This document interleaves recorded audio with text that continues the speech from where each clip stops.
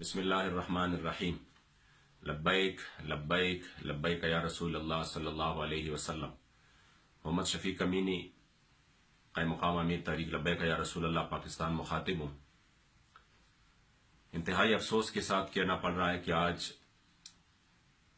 وفاقی وزیر اطلاعات فواد چودھری کی پریس کانفرنس سن کر ایسا محسوس ہوا جیسے اس ملک پر موجودہ حکمرانوں کی نہیں بلکہ بیرونی طاقتوں کی حکومت ہے۔ افسوس کی بات تو یہ ہے کہ لاہور پنجاب اسمبلی کے جو معاہدہ تھا،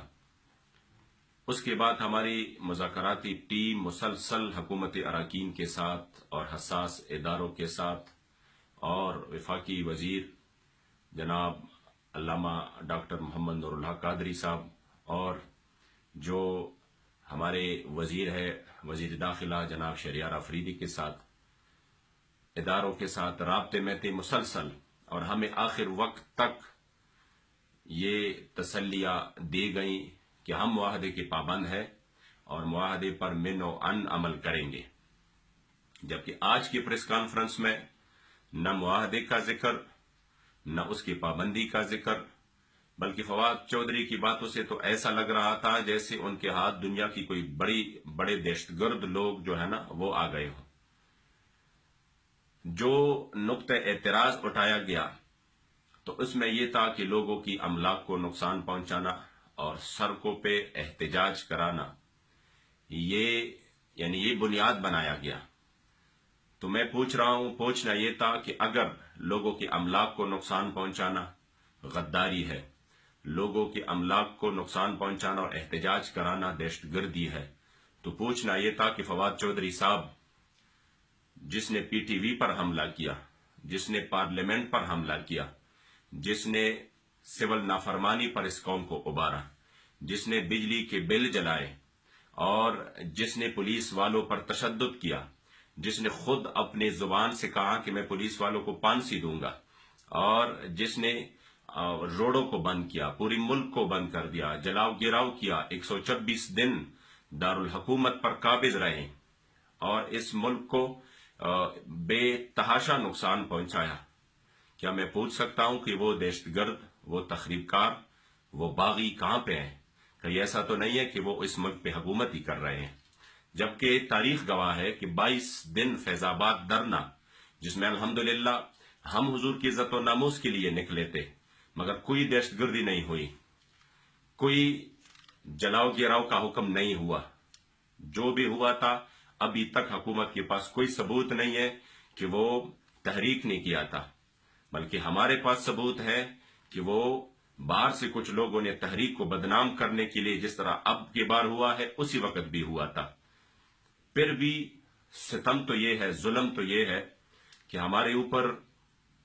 شیل برسائے گئے، ہم نے 13,000 شیل کھائے، ہم نے 8 شہادت ہی دی، ہم نے اسی وقت بھی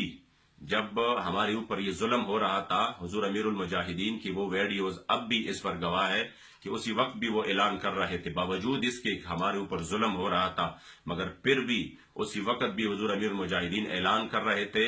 کہ کسی پولیس والے پر ہاتھ نہیں اٹھانا، کسی ایف سی والی پر ہاتھ نہیں اٹھانا، یہ بھی ہمارے بھائی ہیں، یہ ہمارے بیٹے ہیں۔ حتیٰ کہ میں خود اس بات کا گواہ ہوں کہ جو بھی پولیس والا مظاہرین کے نرغے میں آ جاتا ہم فوراً اس کو چھڑوا دیتے، ہم چاہتے تو وہ اسی وقت وہ مظاہرین اس کو مار دیتے، لیکن ہم نے پرامن طور پر الحمدللہ چونکہ ہم نے ثابت کیا کہ ہم پرامن ہیں اور پرامن شہری ہے اور وہ بھی ہمارے بھائی ہیں، اس کے باوجود تحریک لبیک کو اس طرح سے بدنام کرنا سمجھ سے باہر ہے۔ دوران گفتگو جو فواد چودھری صاحب نے زبان استعمال کی اور تحریک لبیک کو تحریک لباک کہا، تو میں پوچھنا چاہتا ہوں کہ طلبی جیسی مشہور الفاظ اگر غلط ادا کرنا تھا تو یہ یا تو انتہائی جہالت تھی اور نااہلیت تھی، اور یا اسلامی نظریاتی حدود کے لیے جو تحریک الحمدللہ بن چکی ہے اور میدان عمل میں ہے، اس محافظ تحریک کے ساتھ واضح اور کلی دشمنی ہے جو کسی بھی صورت قبول نہیں ہے۔ اہلیان پاکستان یہ مطالبہ کرتے ہیں کہ اتنے اہم اور کریم عہدے پر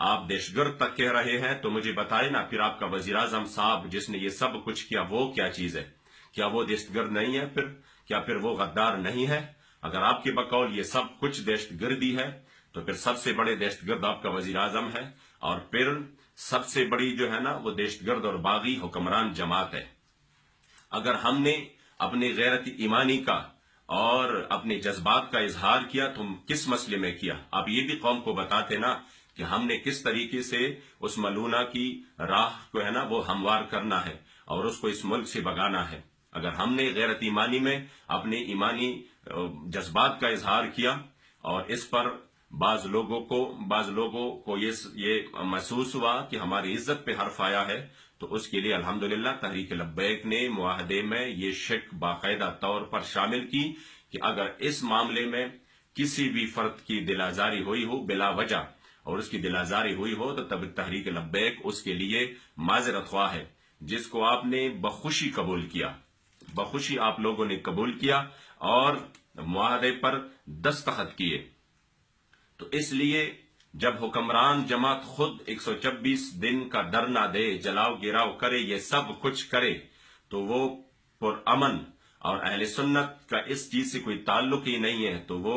دہشت گرد، تو یہ کون سا منطق ہے؟ اس لیے آپ اس عظیم جسارت پر قوم سے معافی مانگے، اور یہ جو بدعہدی آپ لوگ کر رہے ہیں یہ تاریخ کی ایسی بدعہدی ہے کہ یہ قوم آپ کو کبھی معاف نہیں کریں گی۔ اگر یہ دہشت گردی ہے تو پھر مجھے بتائیں نا کہ حضور علیہ الصلوۃ والسلام کی عزت و ناموس کی بدترین دشمنوں کو عہدے دینا، قادیانیوں کو عہدے دینا، اسرائیل کی حمایت کرنا اور مدینہ جیسی اسلامی ریاست کا نام لے کر مسلمانوں کو ہراساں کرنا، علماء کو، ہزاروں علماء کو پابند سلاسل کرنا، مساجد کو تالے لگانا، 6 دن سے مساجد میں اذان اور نمازوں پر پابندی لگانا اور عورتوں کو ہراساں کرنا، چادر و چار دیواری کی تقدس کو پامال کرنا، اور جا کر حتیٰ کہ عورتوں پر 780 کی مقدمات دائر کرنا، کیا یہ دہشت گردی نہیں ہے؟ کیا یہ ظلم و جبر کا وہ سلسلہ جو کہ کبھی تاریخ میں اس قوم نے نہیں دیکھا تھا، کیا وہ آپ لوگوں نے شروع نہیں کیا ہے؟ اگر یہ دہشت گردی نہیں ہے اور آپ کے ذہن میں یہ سب کچھ امن کے لیے ہے اور یہ سب کچھ پاکستان کے لیے ہے، تو آپ کان کھول کر سن لے حکومت کہ ہم حضور کی عزت و ناموس کے لیے میدان میں ہے، ہم حضور کی عزت و ناموس کا پہرا دیں گے انشاءاللہ تعالی۔ یہ گرفتاریاں، یہ مقدمات، یہ غداری کی مقدمات، یہ دہشت گردی کی مقدمات واللہ ہمارے عزم کو کبھی متزلزل نہیں کر سکتے۔ آپ بنائیں، دہشت گردی کی بھی بنائیں، غداری کی بھی بنائیں، اور ہمیں جو ہے نا ان باتوں سے جو آپ کر رہے ہیں، واللہ حضور امیر المجاہدین، اسیر ناموس رسالت، قبلہ خادم حسین رضوی دامت برکاتہم نے ہمیں جو درس دیا ہے وہ یہ ہے کہ ہم ان باتوں سے ڈرنے والے نہیں ہیں۔ خدا کی قسم اس ملک میں